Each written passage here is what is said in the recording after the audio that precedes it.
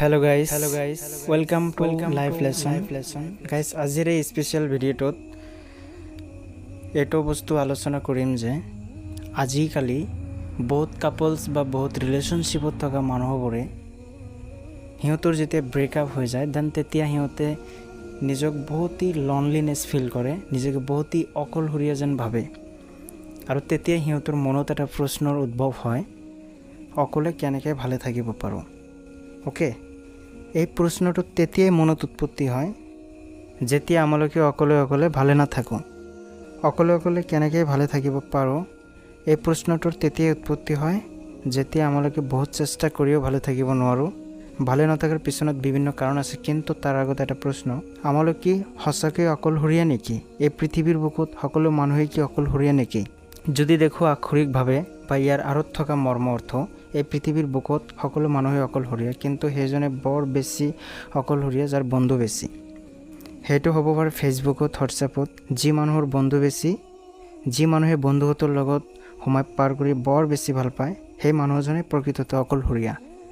কথাটো বৰ ভাৰী, গ্ৰহণ কৰিব নোৱাৰিবা। সেই যি কি নহওক, এইটো এটা চাইক'লজিকেল এনচাৰ যে সেই মানুহজন বৰ বেছি অকলশৰীয়া, যে মানুহৰ বন্ধু বেছি। কথাটো হ'ল যে পৃথিৱীৰ বুকুত কি সকলোৱে অকলশৰীয়া নেকি? আমালোকৰ ওচৰত মানুহো আছে, মানুহ থকাৰ উপৰিও আমালোক অকলশৰীয়া নেকি? আমালোকৰ প্ৰিয় মানুহ থকাৰ উপৰিও, ঘৰত মা দেউতা থকাৰ উপৰিও কি আমালোক অকলশৰীয়া নেকি? কিন্তু অকলশৰীয়া নহওঁ, কাৰণ আমালোকৰ লগত প্ৰিয় বস্তু মন আছে, আৰু যাৰ লগত নিত্য নতুন সদায় আমালোক বিভিন্ন ধৰণৰ কথা শ্বেয়াৰ কৰিয়ে থাকোঁ। কিন্তু সেই মনৰ ওপৰৰ পৰা বিশ্বাস উঠি গ'লে, বিশ্বাস হেৰাই গ'লে আমালোক বেলেগ এজনক বিশ্বাস কৰিবলৈ আৰম্ভ কৰোঁ, আৰু পৃথিৱীৰ নিয়ম অনুসৰি সেই মানুহজনো যেতিয়া জীৱনৰ পৰা বিদায় লয়, আমালোকে বৰ বেছি দুখ অনুভৱ কৰোঁ আৰু হতাশাৰ কাৰাগাৰত নিজকে বন্দী কৰি পেলাওঁ, সেই আমালোকৰ প্ৰিয় বস্তু মন থকাৰ উপৰিও। এতিয়া কথা হ'ল যে অকলে কেনেকৈ ভালে থাকিব পাৰোঁ, এই প্ৰশ্নটো আমি দুটা ছিচুৱেশ্যনত ডিভাইড কৰিম। আমি ৰিয়েলিটিটো বুজাম, দেন আপোনালোকে বুজিব আৰু বেলেগকো বুজাব পাৰিব। ফাৰ্ষ্ট কেছ, যেতিয়া আমালোকে অকলে আছিলোঁ, অকলশৰীয়া হৈ আছিলোঁ, বৰ বেছি ভালে আছিলোঁ, ৰাইট? এই অকলশৰীয়া সেই অকলশৰীয়া নহয়। এই অকলশৰীয়া মানে হ'ল আমালোকৰ জীৱনত যেতিয়া কোনো লাইফ পাৰ্টনাৰ নাছিলে, জীৱনসংগী নাছিলে, কোনো গাৰ্লফ্ৰেণ্ড নাছিলে, দেন আমালোকে অকলশৰীয়া আছিলোঁ।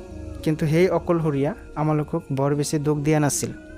কিন্তু যিটো মুহূৰ্তত কোনো এজন মানুহে তাৰ লাইফ পাৰ্টনাৰ বা গাৰ্লফ্ৰেণ্ড নথকাৰ উপৰিও এইটো দেখিবলৈ ধৰিলে যে বেলেগ এজন মানুহে তাই প্ৰিয় মানুহজনৰ লগত বৰ বেছি হেপিত আছে, সেইটো দেখিব পাৰে ৰাস্তাত, বজাৰত, ঘৰত, বাহিৰত, পাৰ্কত বা ছ'চিয়েল মিডিয়াত, যিকোনো ঠাইত দেখিব পাৰে। সেইটো দেখাৰ পিছত কি হয়, চাইক'লজিকেলি আমালোকে তুলনা কৰা ষ্টাৰ্ট কৰি দিওঁ যে যদি মোৰো এনেকুৱা এজন গাৰ্লফ্ৰেণ্ড থাকিলে হয়, মোৰো যদি এনেকুৱা এজন বয়ফ্ৰেণ্ড থাকিলে হয়, মোৰো যদি এনেকুৱা এজন লাইফ পাৰ্টনাৰ থাকিলে হয়, তো ময়ো আজি এনেকুৱা হেপিত থাকিলোঁ হয়।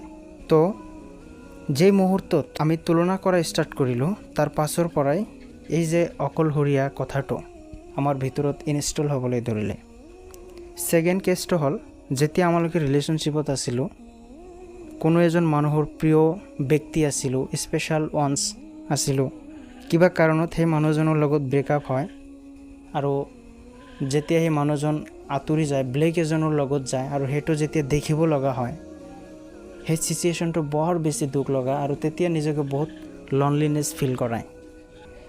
তেতিয়া ব্ৰেইনত এই প্ৰশ্নটোৰ উৎপত্তি হয়, অকলশৰীয়া, লনলিনেছ। ইয়াৰ অৰ্থটো কি? ইয়াৰ অৰ্থটো হ'ল আমি অকলে কেনেকৈ ভালে থাকিব পাৰোঁ। এই প্ৰশ্নটোৰ উৎপত্তি কোনো পৰিস্থিতিৰ কাৰণত হৈছিল বা তুলনা কৰাৰ বাবে কিন্তু হৈছিল। চ' ভাবি ৰখা, এই প্ৰশ্নটো কেৱল মাত্ৰ সাময়িক। It's just like a temporary, it's not permanent.